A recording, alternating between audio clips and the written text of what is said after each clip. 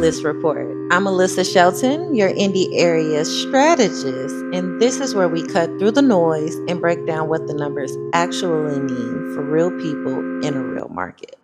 This episode is a little different. We're not breaking down a zip code today, we're breaking down the math behind the market. Because if housing feels more complicated right now, you're not imagining it. Something actually changed. And the truth is, a lot of people are still trying to make today's decisions using yesterday's expectations. They're looking at the market and thinking, wait, why doesn't this work the way I thought it would? And so today, let's slow it down and let's look at what shifted and why buying or selling a home feels so different right now. So let's start with income. Over the last several decades, income has grown, but it's not growing evenly. Higher income households have seen income growth by about 148%. Middle income households around 70%. Lower income households closer to 46%. Now, those numbers matter, but not just because they're different. They matter because over time, they create very different lived experiences. Imagine three households, all moving through the same economy and trying to build stability, all trying to get ahead. One household starts to feel a little more breathing room over time, more ability to save, more ability to recover if something unexpected happens, more flexibility when an opportunity comes up. Another household is still moving forward, but more carefully. There's less margin, less room for mistakes. Every big decision carries more weight. And another household may be working just as hard as anyone else and still feel like stability keeps moving further away. That's what an that's what an uneven income growth does. It doesn't just change paychecks.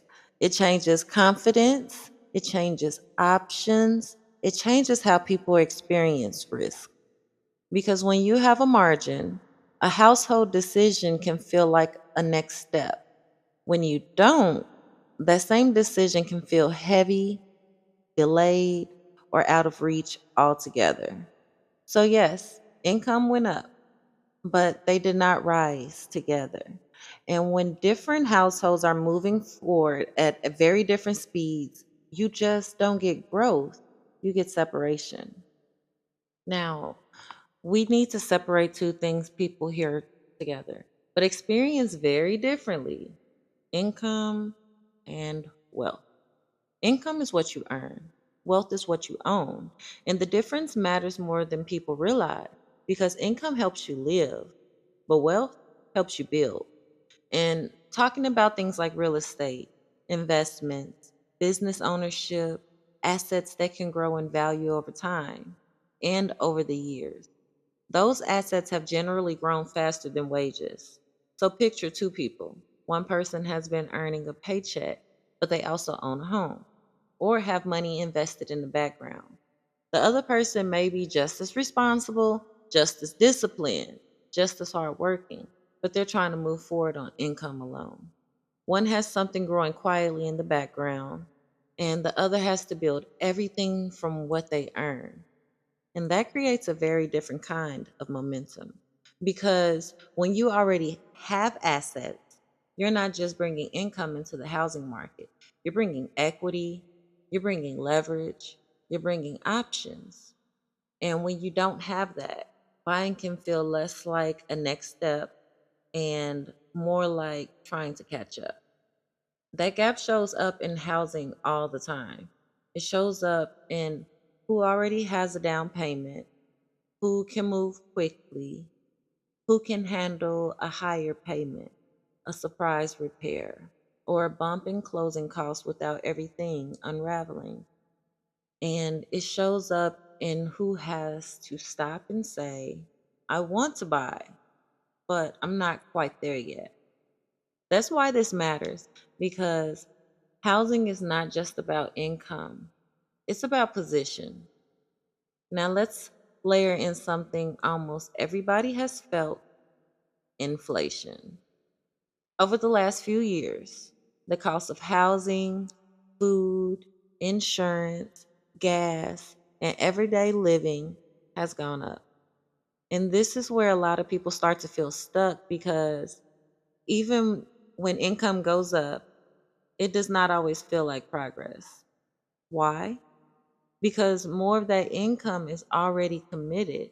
Before you ever get a chance to feel the difference, it goes to grocery bills, it's the insurance premium, it's the utilities, the gas in the car, it's all the regular, everyday expenses, quietly taking a bigger bite out of your paycheck. And so when someone says, I'm earning more, but it doesn't feel any easier, that's real life for a lot of people right now. That's what shifting purchasing power feels like. It's not always dramatic. Sometimes it looks like making more money, but still feeling like there's less room at the end of the month. Less room to save, less room to plan, less room to take on something new. And when that margin gets smaller, buying a home can start to feel a lot less like a goal you're steadily moving toward and more like something that keeps moving further and further away. That's why this part matters, because affordability is not just about what a home costs, it's also about how much breathing room people actually have when real life starts to hit their budget. And then there's one more layer in all of this right now: uncertainty. Uncertainty, I mean. You can feel it. Even if you can't always name it, it's in the headlines, it's in the economy, it's in how quickly things seem to shift. And when people feel uncertain, they tend to hesitate. Buyers pause, sellers second guess. People who were all ready to make a move start saying, maybe we'll wait. And that matters because housing doesn't just move on numbers. It moves on confidence. And when confidence is strong, people act. When confidence gets shaky, people slow down. They ask more questions, they take more time, they need more reassurance before making a decision. So even when the core math hasn't fully changed, the pace of the market can.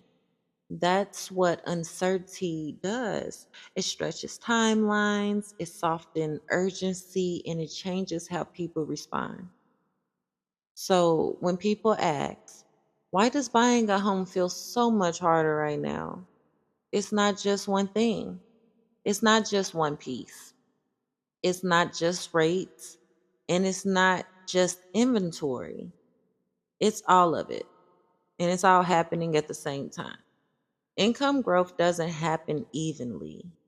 Assets rose faster than wages. Inflation reduces purchasing power.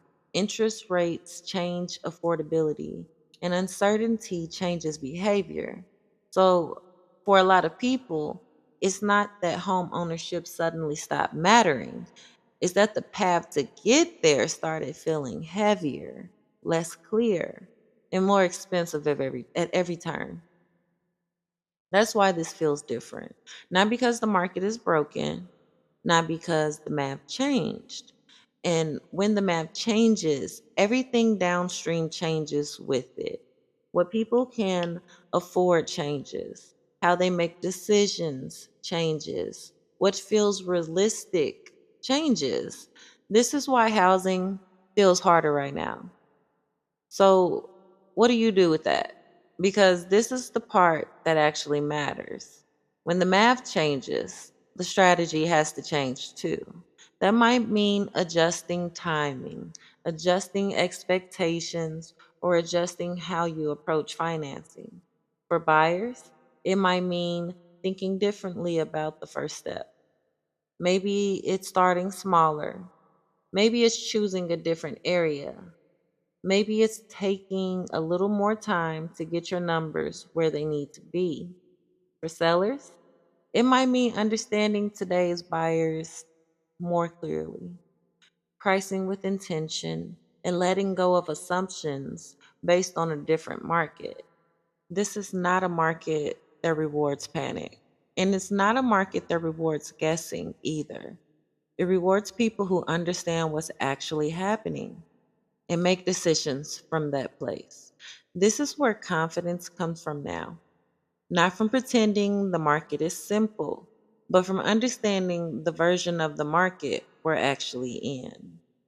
Disciplined decisions win in a market like this. This has been Elysa Shelton with the Indy List Report. I'll see you on the next episode.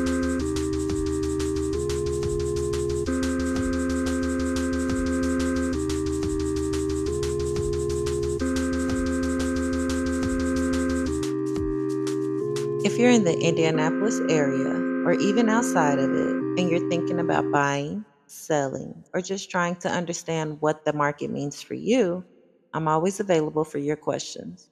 No question is too big, no question is too small. You can reach me directly at sheltonelisa@kw.com. You can find me on Instagram and Facebook at Elysa and Indy, on LinkedIn under Elysa Shelton, and on YouTube at Elysa and Indy. Make sure you're following the Indy List Report here on Spotify so you don't miss the next breakdown. Then, stay informed, stay intentional.